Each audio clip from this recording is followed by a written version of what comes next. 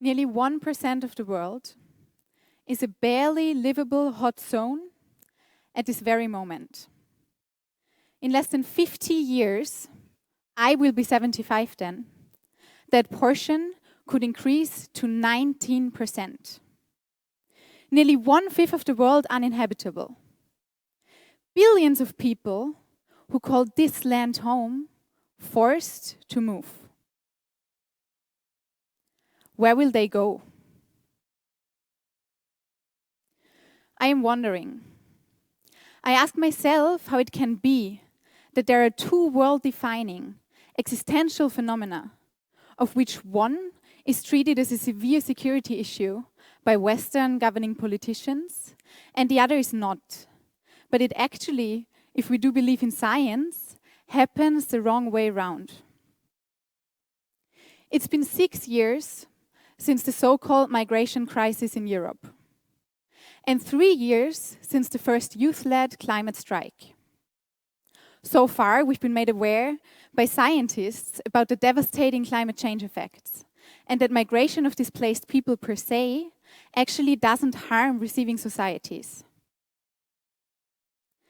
And still, governing politicians tell us about how we will mitigate the effects of climate change instead of really preventing it to get worse, and at the same time securitize the phenomenon of migration. So, isn't that odd? There are some of us, people on the planet, that are privileged enough not to have to see for a pretty long time. But at some point, that will change. Being privileged enough doesn't entitle us to build walls and ignore what happens behind them until the walls break down. I find it a dangerous trend to ignore climate migration while at the same time securitizing the phenomenon of migration.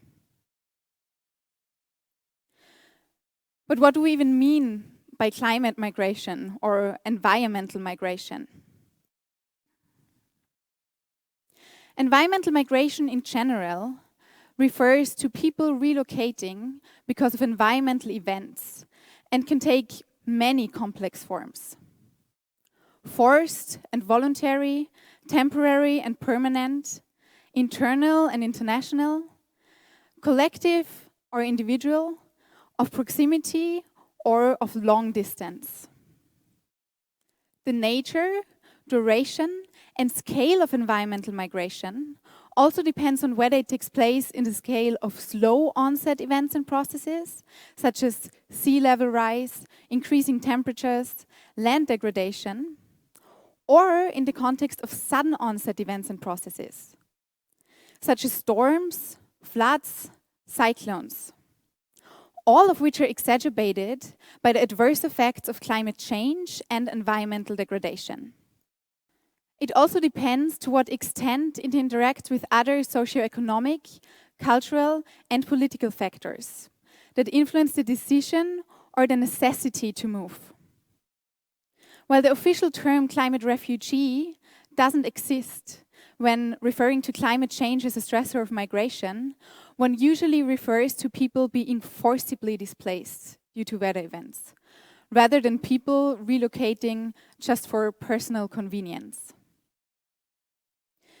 Extreme heat and drought, crop failure, land degradation, water neither to drink nor to farm, but tides flooding people out of their very homes, and other environmental stressors will forcibly displace millions.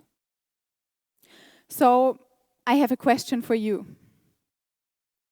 How many people will be forced to leave their homes due to climate change by 2050?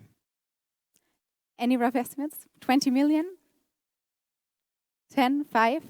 All right, thank you. Well, we have estimates.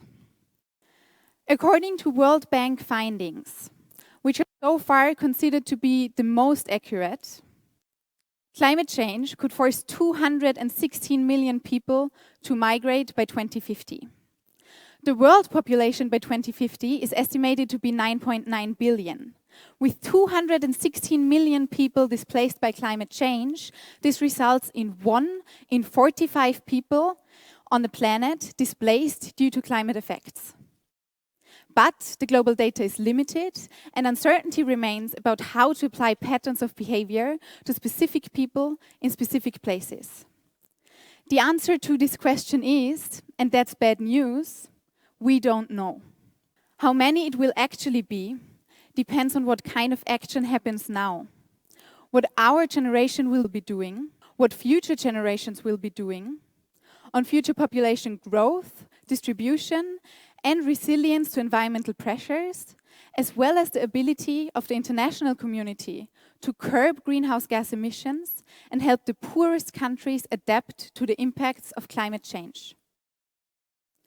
That's bad news, because what we do know from political science research is that decision makers tend to act only once they are directly confronted with a problem, and thus forced to act, while the climate-induced mass migration scenario, with its unpredictability, seems way too distant in the future for today's political decision makers to act upon it. Should the flight away from hot climates reach the scale that current research suggests is likely, it will amount into a vast remapping of the world's populations. And what we know for sure is, many people will dig in, suffering through heat, hunger, and political chaos. But others will be forced to move on. That sounds scary, doesn't it? When I prepared for this talk, I read an article entitled, "Climate Change Will Displace Millions, but that shouldn't scare anyone." So how can one even say that? Well, in my opinion, which I believe to be based on research, we should all be able to agree to the point that migration per se should not scare anyone. Migration is not only not bad, it's really good. So let me quote on several sources on migration research, isolating the effects of migrant influx in Europe. Migrants benefit labor markets due to an increase in workforce by filling important niches, both in fast-growing and declining factors of economy. Migrants contribute more to taxes and social contributions than they receive in benefits. Migrants contribute more to technological progress than locals. Diversity makes countries more productive and richer in the long run, not only of the highly skilled, but also of the low-skilled. In general, the global North's demographic decline suggests that more immigrants would play a productive role there. But bearing only this in mind from a privileged point of view would be a self-righteous perspective. And there might be implications that lead to negative effects caused by migration if not prepared for it. Obviously, Western countries are already overwhelmed with migrants, while the numbers will increase in future. To keep people out, walls were already built. The issue of migration was securitized and fear was spread. And that fear creates other walls. In 2018, the Global Compact for Migration was signed by 164 countries. This was the first ever such agreement to officially recognize climate as a source of future displacement. Some countries, including my home country Austria, but also major international forces such as the US, did not join the Global Compact then, closing their eyes from their responsibility in a world that will be defined by mass migration, caused by the ones least affected. And it is there where the worst case scenario emerges. The developed world refuses to welcome migrants, while simultaneously failing to assist them at home. Research models show that building walls and restricting borders while decreasing development in the regions leads to an unexpected population surge, even as temperatures rise, trapping more and more people in environments that are becoming increasingly unsuitable for human life. With this scenario, the global north risks walling themselves in as much as they are walling others out, with potentially severely rising death tolls, both due to environmental stressors as well as tensions arising through these. Such as walls fail to protect coastal regions from flooding, they fail and they will fail in protecting the global north from migration. I have an important message for all policymakers out there. Walls are not the solution. Or let me frame it this way. If you don't want to deal with climate-related migration, address the source of the problem by reducing greenhouse gas emissions. However, given the current unpopularity of this strategy, we must expect greater climate-related migration in the future. We do not need to be concerned about being overwhelmed by migration, but we need to plan accordingly. The answer would be to make it easier for people to stay where they are. Not because we don't want them, but because that's what they want to do. And because all people deserve to live in dignity where they are. They don't want to move if they can help it. Simultaneously, as the global north faces a demographic decline, as said before, an injection of new people into an aging workforce could be to everyone's benefit. But securing these benefits starts with a choice. Northern countries can either relieve pressures on the fastest warming countries by allowing more migrants to move north across their borders.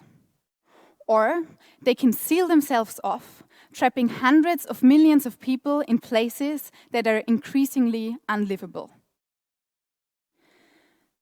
The best outcome requires not only goodwill and the careful management of turbulent political forces. Without preparation, the sweeping scale of change could prove wildly destabilizing. On one hand, the United Nations and others warn that in the worst case, the governments of the nations most affected by climate change could topple as whole regions devolve into war.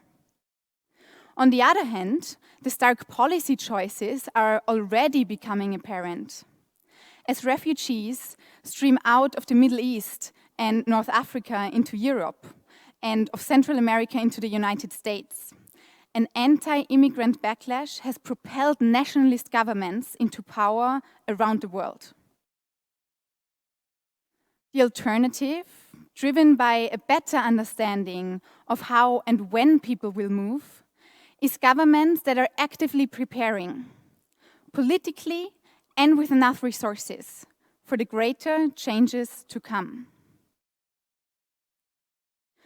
We need to create and implement a feasible plan in order to, first, prevent forced migration from environmental and other stressors to the extent possible.